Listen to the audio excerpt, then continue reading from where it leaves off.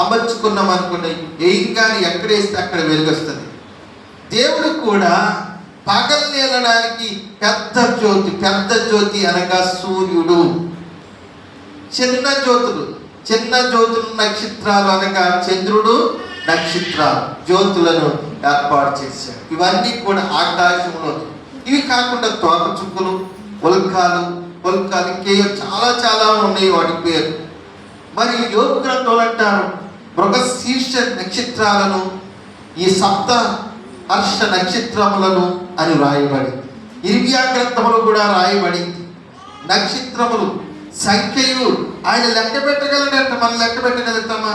ఒకరోజు అబ్రహాముతో మాట్లాడుతూ దేవుడు హాగరు వల్ల ఇచ్చిన సంతానం ఇష్మాయేలు అయితే దేవుడు అంటున్నాడు, అబ్రహామా, నువ్వు సంకలు ఎగరయ్యొద్దు, నువ్వు మురిసిపోవద్దు, నువ్వు ఉబ్బిపోవద్దు, నీ సంతానం హాగరు వల్ల వచ్చి